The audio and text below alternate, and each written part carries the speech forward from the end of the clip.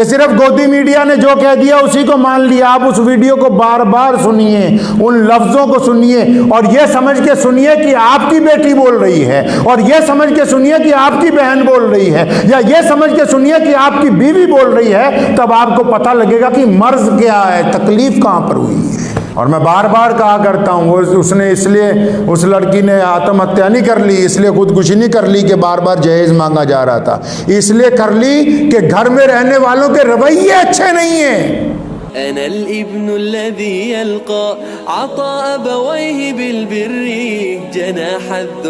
आपने एक वीडियो सुनी होगी अभी, अहमदाबाद में एक आयशा नाम की लड़की ने खुदकुशी कर ली। अब जितने आधे पढ़े लिखे हैं, अल्लाह माफ़ फरमाए, मैं कुछ नहीं कहता, चलो नाम नहीं लेता, दे फतवे पे फतवा आ रहा फेसबुक के ऊपर कि जी जिसने खुदकुशी कर ली इसके लिए दुआ नहीं हो सकती, ये हराम है। अल्लाह ताला ने कुरान पाक में कहा कि खुदकुशी करना हराम है, लेकिन साथ में फरमाया कि हम तुम पर रहम करेंगे अगर तुम हमारा कहना मान लो। मुफ्ती रशीद अहमद साहब लुधियानवी मुफ्ती आज़म ने लिखा है फतावा हसनुल फतावा में कि जो बंदा खुदकुशी कर लेता है, कौन कहता है कि उसकी मगफिरत की दुआ नहीं हो सकती, क्योंकि वो हुज़ूर सल्लल्लाहु अलैहि वसल्लम का उम्मती नहीं है। ये कहाँ लिखा है?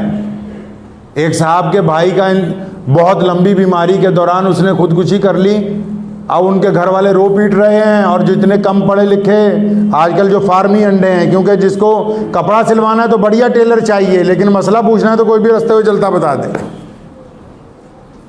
कि नहीं जी नहीं ये तो हराम हो गया।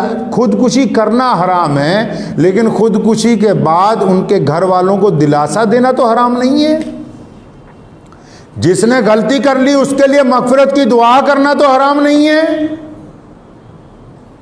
और फिर जो लोग ये कह रहे हैं कि जी दहेज की वजह से खुदकुशी हो गई, क्या कभी ये दोनों कानों और आंखों का सही इस्तेमाल किया है कि सिर्फ गोदी मीडिया ने जो कह दिया उसी को मान लिया? आप उस वीडियो को बार बार सुनिए, उन लफ्जों को सुनिए और यह समझ के सुनिए कि आपकी बेटी बोल रही है, और यह समझ के सुनिए कि आपकी बहन बोल रही है, या यह समझ के सुनिए कि आपकी बीवी बोल रही है। तब आपको पता लगेगा कि मर्ज क्या है, तकलीफ कहां पर हुई है।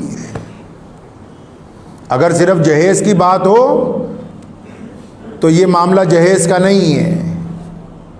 आप उस लड़की की पूरी बात सुने। उसने कहा कि एक तरफा मोहब्बत नहीं होनी चाहिए। हजूर अकरम सल्लल्लाहु अलैहि वसल्लम को हज़रत अबू बकर और हज़रत उमर रज़ियल्लाहु ताला अन्हु दोनों इमाम अली करमुल्लाह वजह रज़ियल्लाहु ताला अन्हु के पास गए कि अली आप जाएं और सैयदना फातिमातुज़ ज़हरा का रिश्ता मांग ले अपने लिए। ये मैं उनको भी कह रहा हूं जो 1 मिनट में फतवा दे देते हैं कि पहले इस्लाम पढ़ो, इस्लाम कहता क्या है, रसूलुल्लाह सल्लल्लाहु अलैहि वसल्लम ने सिखाया क्या है हमें। ये दोनों जलीलुल कदर साहबा जो रसूलुल्लाह सल्लल्लाहु अलैहि वसल्लम के दाएं बाएं आज भी मौजूद है, जो अशरा मुबशरा में से हैं, जो मुसलमानों के खलीफा हैं, जो अमीरुल मोमिनीन हैं, जिनको मोहम्मद रसूलुल्लाह ने अपना दोस्त कहा है बार बार। अब दोनों ने हज़रत अली से कहा कि अली आप जाओ सैयदा फातिमा का रिश्ता मांग लो मोहम्मद रसूलुल्लाह से। अली रज़ियल्लाहु ताला अन्हु शर्माते हुए गए, और जब रिश्ता मांगा ना तो रसूलुल्लाह सल्लल्लाहु अलैहि वसल्लम ने क्या कहा, जबकि रसूलुल्लाह सल्लल्लाहु अलैहि वसल्लम खुद चाहते हैं कि मैं रिश्ता अगर अपनी बेटी का करूंगा तो अली से करूंगा।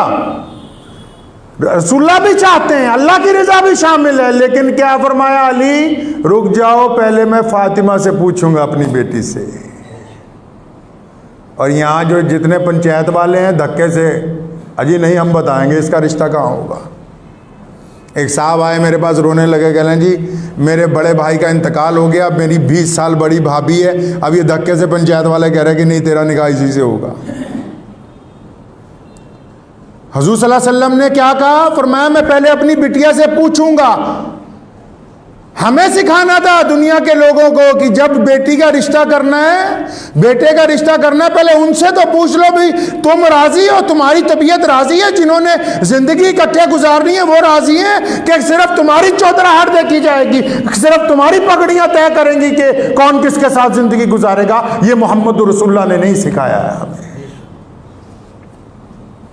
और मैं बार बार कहा करता हूँ, उसने इसलिए, उस लड़की ने आत्महत्या नहीं कर ली, इसलिए खुदकुशी नहीं कर ली कि बार बार जहेज मांगा जा रहा था, इसलिए कर ली कि घर में रहने वालों के रवैये अच्छे नहीं हैं।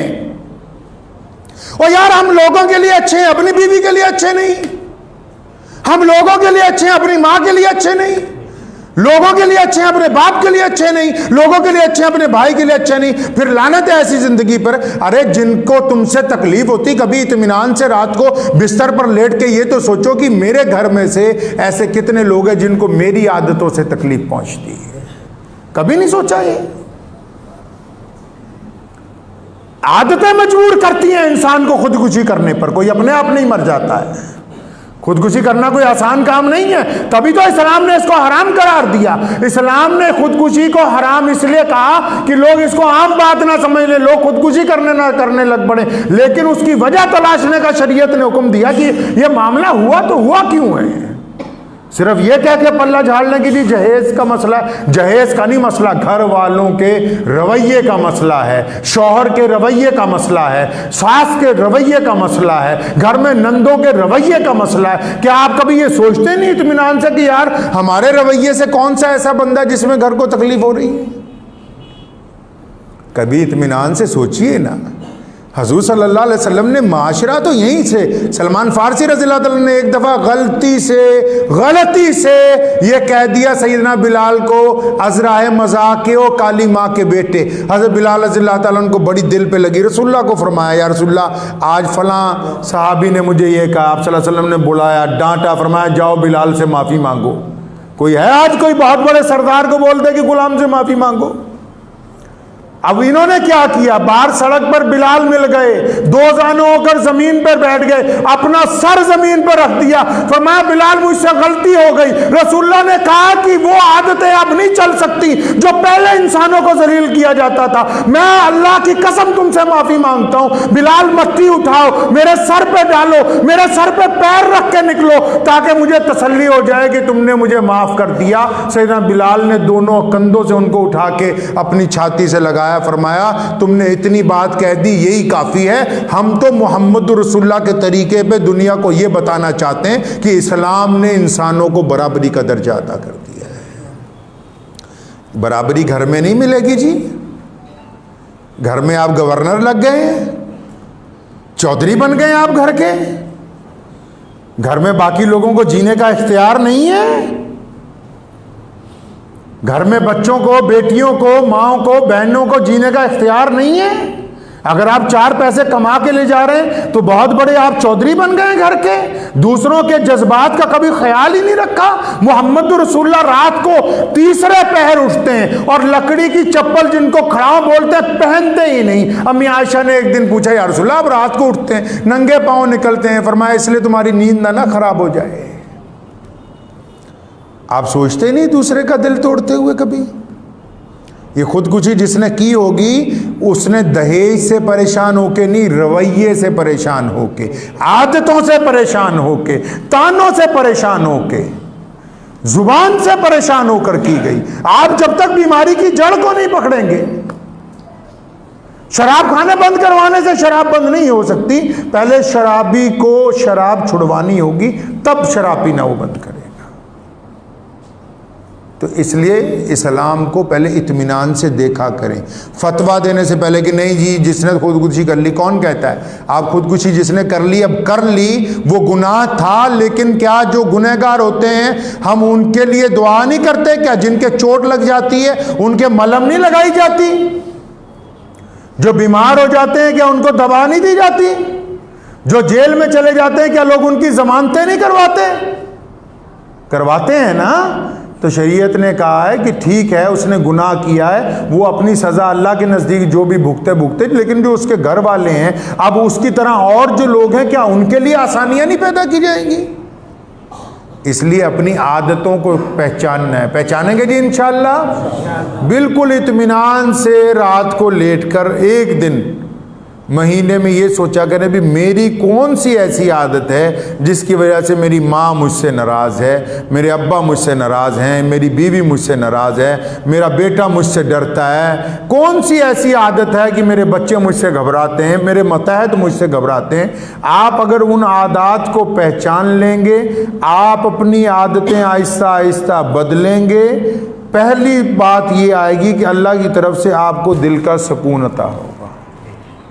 पहली बात, जब दिल में सुकून इत्मीनान आ जाएगा तो आपका जितनी जिस्म के अंदर बीमारियां हैं वो निकलनी शुरू हो जाएंगी, ख़त्म होनी शुरू हो जाएंगी।